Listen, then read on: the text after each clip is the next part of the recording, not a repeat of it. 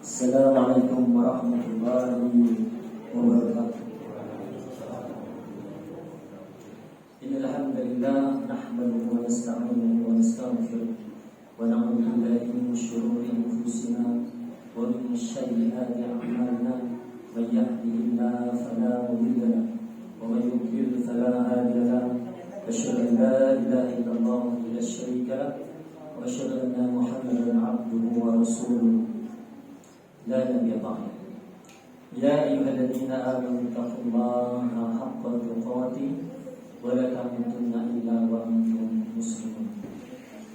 يا أيها الذين آمنوا اتقوا الله وقولوا قولا سديدا يصلح لكم أعمالكم ويغفر لكم ذنوبكم ومن يطع الله ورسوله فقد فاز فوزا عظيما. أما بعد. Alhamdulillahilladzi binikmati tatimmus shalah. Kita sekarang berada di malam yang ke-16 atau 17? 16. Alhamdulillah, malam hari ini kita mengalami kemajuan seperti sab-sab di masjid kita ini. Alhamdulillah. Kita bersyukur Allah masih memberikan kita nikmat iman. Allah masih memberikan kita nikmat Islam. Allah masih memberikan kita nikmat ihsan, sehingga kita dengan nikmat-nikmat tersebut Allah mudahkan langkah-langkah kaki kita ke Masjid Al-Jihad ini. Tidak lain tidak bukan kita ingin menegakkan sholat isya berjamaah, dan insyaallah nanti kita akan laksanakan sholat tarawih berjamaah. Salam dan salam semoga Allah limpahkan kepada junjungan kita Nabi besar Muhammad sallallahu alaihi wasallam beserta keluarganya, para sahabatnya, tabi'in, tabi'ut tabi'in, dan kepada umatnya yang selalu istiqomah melaksanakan sunnah-sunnah Rasulullah sallallahu alaihi wasallam. Masyaallah muslimin, Bapak Ibu, adik-adik jamaah Masjid Al-Jihad rahimahumullah. Malam hari ini saya memakai sal Palestina, Asyam. Kenapa saya memakai sal Palestina pada malam hari ini? Ini adalah hadiah dari almarhum Dr. Khosi Rizal, jurnalis, 13 atau 12 tahun yang lalu. Kebetulan kami ada tabligh akbar di Cibinong, Masjid Sa'adah, dan inilah hadiah beliau yang salah satu dari pesan beliau ketika beliau memberikan tausiahnya pada 13 tahun yang lalu adalah tentang fikih, tentang furu'iyah. Kenapa saya ini sebagai pengantar saja? Nanti tema kita bukan tentang Palestina, bukan tentang yang lain. Tema kita malam ini tentang jangan menzalimi antar sesama. Nah, pesan Dr. Khosi Rizal ini adalah yang pertama dari banyak pesan-pesan beliau adalah tentang masalah furu'iyah, yakni masalah kunut. Dan kita tahu kunut ini bisa menjadi perselisihan di antara kita kalau kita tidak punya kedewasaan dalam menghadapi agama kita ini. Kita bisa bercerai-berai kalau kita merasa benar sendiri dan membid'ahkan orang lain. Ini pesan saya, dan sekaligus menjadi pesan Umar. Kenapa beliau menyampaikan ini? Karena di Indonesia ini, ya, sampai detik ini juga kadang-kadang masalah-masalah furu'iyah ini, cabang-cabang dalam agama ini menjadi besar gara-gara segelintir orang. Dan kita bersyukur Bapak Ibu, anak-anak sekalian, kita diketahui pimpinan DKM Al-Jihad ini, Pak Haji Iwan, yang mengakomodasi kita semua untuk sholat di masjid ini. Dan beliau selama hampir 4 tahun ini, Pak Jiwan, memimpin Masjid Al-Jihad ini, tidak pernah beliau menyampaikan kepada saya, Pak Zidan, tolong kunut atau tolong tidak kunut Pak Zidan. Tidak pernah sama sekali. Dan beliau menghormati apa yang menjadi manhaj kita masing-masing, mazhab kita masing-masing. Silakan imam kemudian kebetulan mungkin mengimami subuh tidak ada pakai kunut, beliau membiarkan. Yang pakai kunut juga silakan, tidak ada masalah. Kemudian Bahkan sholat-sholat juga ada zikir yang dizaharkan, ada yang sedang tidak pernah dimasak. Dan kita berharap ke depannya juga masjid Haji ini juga seperti itu. Ya, supaya nanti pesan almarhum ini supaya ukhuwah Islamnya di antara kita ini benar-benar terjalin.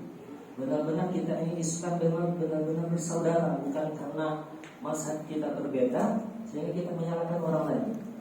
Dan belajarlah dari kepemimpinan beliau Pak Haji Ibrahim di Masjid Haji Haji.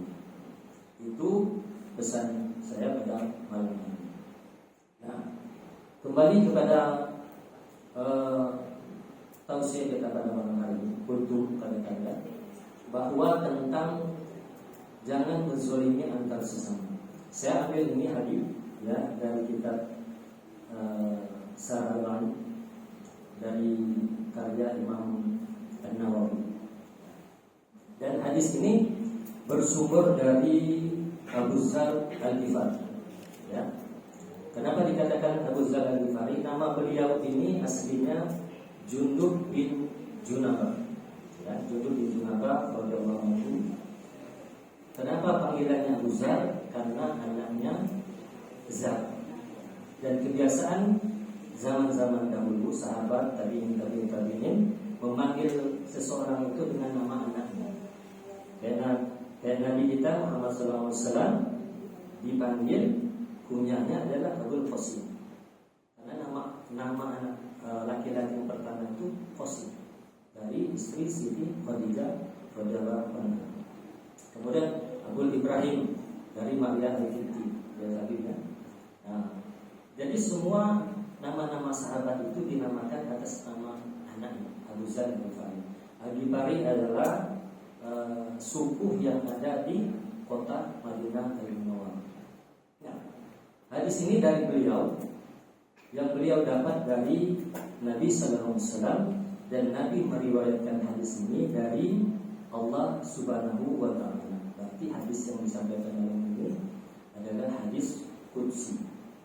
Ya, perkataan Allah yang redaksinya dari Nabi Sallallahu Alaihi Wasallam. Apa yang pertama dari 10 yang akan disampaikan dalam malam ini? Yang pertama kata Allah SWT, ya ibadi inni haramtu zulma ala nafsi wa ja'altuhu bainakum muharrama fala tazalim. Wahai hambaku, kata Allah SWT, aku sesungguhnya telah mengharamkan kezaliman atas diriku, dan aku telah tetapkan di antara kalian semua. Maka dari itu kata Allah, fala tazalamu, maka janganlah kalian saling menzalimi satu sama lain. Ini bukan pesan Nabi, bukan pesan sahabat, ini pesan Allah SWT. Tetapi pada kenyataannya pada sampai detik ini juga kezaliman itu terjadi antara kita. Apa bentuk-bentuk kezaliman yang nyata sekali ya di area zaman media sosial ini adalah kezaliman para petinggi, pertaniaga, dan anak perusahaan pertanian itu. Bagaimana mereka dengan zalimnya, ya, menzalimi kita semua rakyat Indonesia ini dengan mengkorupsi uang 193 triliun itu untuk 1 tahun. Dan korupsi ini berlaku hampir 5 tahun lebih. Itu yang pertama. Kemudian ibu-ibu jelas tahu semuanya tentang minyak kita yang harusnya 100 miligram ya menjadi 750 atau 400 miligram. Ini sesuatu yang sangat benar-benar kezaliman. Karena kezaliman itu kata para ulama itu artinya melewati batas atau mengambil hak milik orang lain. Dan ini mustahil bagi Allah SWT. Sifat Allah tidak akan zalim kepada manusia berdasarkan hadis yang kita sebutkan. Kemudian apalagi kezaliman yang terakhir ini? Kezaliman tentang pejabat-pejabat pemerintah menandatangani kebijakan di puncak, terutama tentang tipis reduksi, kemudian labor adventure land. Itu salah satu dari kezaliman yang mereka buat untuk rakyat Indonesia. Akibat dari tanda tangan mereka, lihat banjir di Busan, lihat banjir di Bogor, lihat banjir di Bekasi, sampai airnya itu bisa lantai 2 rumah di Bekasi itu tertutup oleh air sungai. Dan kata Allah SWT di surah ayat 30, wa ma asabakum min musibah fabima kasabat aydikum wa yafu an katsir. Semua musibah yang kita terima sekarang ini Bapak Ibu, akibat dari pemimpin-pemimpin kita itu, akibat tangan-tangan orang-orang yang zalim kita. Dan kita kena semua. Dan Allah banyak memaafkan kesalahan-kesalahan kita ini. Bayangkan kalau ada kesalahan-kesalahan pimpinan kita atau diri kita sendiri, Allah kasih bentuk bisul aja di muka kita. Misalnya kita akan sedikit antara satu sama lain. Tapi wayafu an kasih, Allah banyak memaafkan kesalahan-kesalahan kita. Itu yang pertama. Kemudian yang kedua, Bapak Ibu anak-anak sekalian, kata Allah SWT, ya ibadi kullukum dhall illa man hadaitu fastahduni ahdikum. Wahai hambaku, kalian semua ini, kata Allah SWT, dalam keadaan tersesat. Illa man hadaitu, kecuali yang aku beri petunjuk, kata Allah SWT. Fastahduni ahdikum, mintalah petunjuk padaku, niscaya aku akan berikan petunjuk, kata Allah SWT. Maka sering-sering kita berdoa Bapak Ibu. Kita diajarkan doa, Allahumma inni as'aluka al-huda wa tuqa wal afaf wal ghina. 4 itu kita minta tiap pagi dan tiap sore. Ya Allah, berikan aku huda, petunjuk. Berikan aku wa tuqa, ketakwaan. Berikan aku wal afaf, rasa haram. Apa rasa haram? Melihat yang haram. Sekarang mudah sekali kita melihat yang haram. Kalau dulu sulit, zamannya saya dulu sulit. Sekarang mudah sekali melihat yang haram, mendengar yang haram. Kemudian melangkahkan kaki ke yang haram. Wal ghina, yang terakhir yang keempat adalah merasa cukup yang Allah berikan kepada kita semua. Ini harus camkan kepada kita, kepada anak-anak kita, keluarga kita. Karena banyak orang sekarang, kenapa orang korupsi? Karena mereka tidak merasa ghina, tidak merasa cukup di dalam hati mereka. Bayangkan gaji 1 miliar lebih dan menjadi tambahan kita semua, orang bisa korupsi, Bapak. Bisa korupsi, Bapak. Coba bayangkan. Ya, itu yang kedua. Apalagi kata Allah SWT yang ketiga, ya ibadi kullukum ja'in illa man at'amtu fastaqimuni at'imku.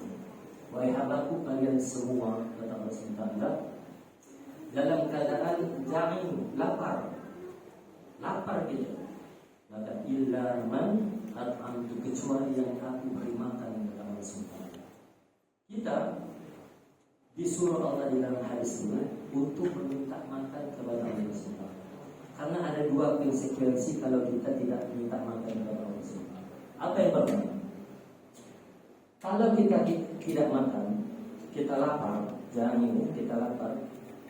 Kira-kira kalau Bapak saya tanya, perlu kendaraan atau perlu makan bagi kita? Makan.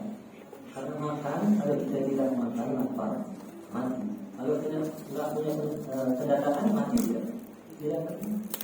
Itu sederhana sekali kita hidup. Kita bisa makan, alhamdulillah. Allah suruh kita minta makan, fastaqimuni aku untuk makan. Itu yang pertama. Yang kedua, ya, dari sisi orang-orang kelaparan ini, saya diceritakan guru saya saya masuknya sekitar 11 tahun lalu, ya, bahwa di daerah Cibubur itu, ya, ada sebuah desa, semua masyarakatnya di sana itu 10 tahun lalu itu miskin semua, tidak ada yang tahu. Gak ada yang bisa makan. Masuklah para misionaris itu tugasnya kalau bisa memurtadkan orang. Itu tujuan utama. Ya. Nah, mereka bantu 1 minggu dengan indomie, 1 minggu dengan beras, 1 minggu lagi dengan kopi segala macam. terpaksa masuk agama mereka atau tidak. Itu masuk agama mereka dengan 2 bungkus Indomie orang bisa masuk, bisa kafir. Maka kata Nabi SAW itu kefakiran itu mendekati orang kepada kekufuran. Orang bisa gara-gara miskin, gara-gara lapar, orang bisa murtad. Dan itu terjadi sampai detik ini juga di daerah Bekasi itu banyak orang nasionalis mengajak orang kepada agama mereka. Ya, itu yang kedua. Yang keempat, kata Allah SWT, "Ya ibadi, kullukum arif, illa man kasautu, fastaqsuni aqsukum." Wahai hambaku, kata Allah SWT, sesungguhnya kalian semua ini dalam keadaan telanjang. Illa man kasautu, kecuali yang aku beri pakaian. Fastaqsuni aqsukum, mintalah pakaian kepadaku, aku akan berikan pakaian. Sampai seperti itu Allah mengajarkan kepada kita minta pakaian, minta makan sama Allah SWT. Pakaian di sini kata para ulama ada 2 kemungkinan, 2 hal. Yang pertama, pakaian yang memang menutupi aib aurat kita yang sedang kita minta kepada Allah SWT. Yang kedua adalah tentang aib-aib kita. Siapa yang tidak punya aib sampai detik ini? Waktu mudanya, remajanya, atau bahkan rumah tangga. Jadi semua aib-aib kita ini sudah ditutupi Allah SWT. Kata Nabi, "Man satara 'alal muslim, satarallahu fid dunya wal akhirah." Barang siapa yang menutupi aib seorang muslim, muslimat, maka Allah akan tutupi aibnya di dunia dan akhirat. Maka jangan sering-sering kita menceritakan aib-aib kita ketika muda, karena semua orang punya aib semua. Tetapi banyak kejadian di zaman media sosial sekarang ini, Bapak Ibu. Allah telah menutupi aib-aib mereka, tapi ternyata mereka buka sendiri aib-aib mereka dan laku keras. Di YouTube itu banyak sekali orang membuka aib-aib rumah tangganya, pernah sama siapa, di mana, alhamdulillah menjelaskan, dan banyak yang nonton seperti itu. Banyak nonton yang hal-hal yang tidak bermanfaat sama sekali. Nah, orang-orang dalam ini dikatakan kadang-kadang orang-orang yang mujahir, Pak. Mujaharo itu orang yang Allah tutupi aibnya, tapi dia sendiri yang buka. Ada kan? Banyak sekali hal-hal itu. Dan ini diancam oleh Allah SWT dengan neraka jahanam. Maka jangan sekali-sekali kita mengumbar aib-aib kulit kita sendiri, mengumbar aib-aib tetangga kita, teman kita, atau siapa. Karena Allah akan buka aib-aib kita kalau kita tidak bisa menutupi aib. Maka di dalam khutbah Quran itu, doa khutbah Quran itu, di lembar terakhir dalam Quran itu ada doanya. Allahumma inni as'aluka min syaitan haninatan wa mitatan sawiyatan wa maradan wa ghayra mukhzi wa fadhi. Ya Allah, berilah aku kemakmuran dalam hidup ini. Ya Allah, matikan aku dalam keadaan yang wajar. Ya Allah, ketika aku di akhirat kelak, maka tutupilah segala aib-aib ketika aku bertemu dengan Engkau. Kita minta seperti itu sama Allah SWT. Ya, nanti di hadapan Allah SWT, ketika kita banyak berdoa untuk ditutupi aib-aib kita ini, maka Allah akan tutup, tidak tampak di mata manusia yang lain, di hadapan manusia yang lain, aib-aib yang pernah kita lakukan waktu kita muda. Yang kelima, kata Allah SWT, "Ya ibadi innakum tukhti'un bil-laili wan-nahar wa ana aghfiru dzunuba jami'an fastaghfiruni aghfir lakum." Wahai hambaku, kalian semua ini dalam keadaan banyak berbuat dosa. Bahkan kata Allah, malam dan siang. Dan kita rasakan itu. Ya, kata Allah SWT, "Wa ana astaghfiru dzunuba jami'an." Aku mengampuni dosa-dosa kalian semua. Fastaghfiruni, minta ampunlah padaku, aghfir lakum. Itu kata Allah SWT.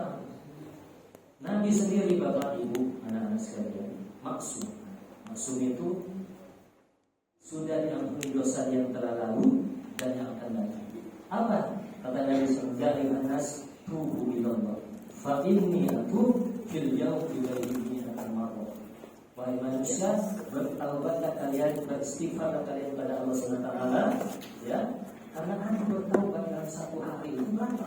Ini ada mau 100 kali berarti. Coba tanya kepada diri kita berapa kali? Saya sering dengar tadi pada sholat selalu menggunakan kalimat istighfar ini dengan kalimat sayyidul istighfar. Rajanya istighfar. Jadi dia rajanya istighfar kan istighfar biasa, santai. Astagfirullah, astagfirullah, astagfirullah. Kalau sayyidul istighfar lebih mantap lagi. Jadi harus dihafalkan kita sebagai orang-orang mukmin, mukminat harus hafal bagaimana lafaz dari sayyidul istighfar. Ya, yang kelima. Kita terus sampai 5 lagi supaya pas ini nggak kita lanjut lagi di pertemuan berikut. Apa kita stop dulu? Saya lihat ini sudah ngantuk untuk semua. Jadi suara saya sudah hampir, nanti kita lanjut lagi ya. Ya, supaya mudah-mudahan apa yang disampaikan Pak ini bermanfaat bagi kita semua. Nanti di lagi kita susul. Lalu kala subhanakallahumma wa bihamdika asyhadu an la ilaha illa anta astaghfiruka wa atubu ilaik. Waalaikumsalam warahmatullahi wabarakatuh. اللهم صل على سيدنا محمد وعلى آل سيدنا محمد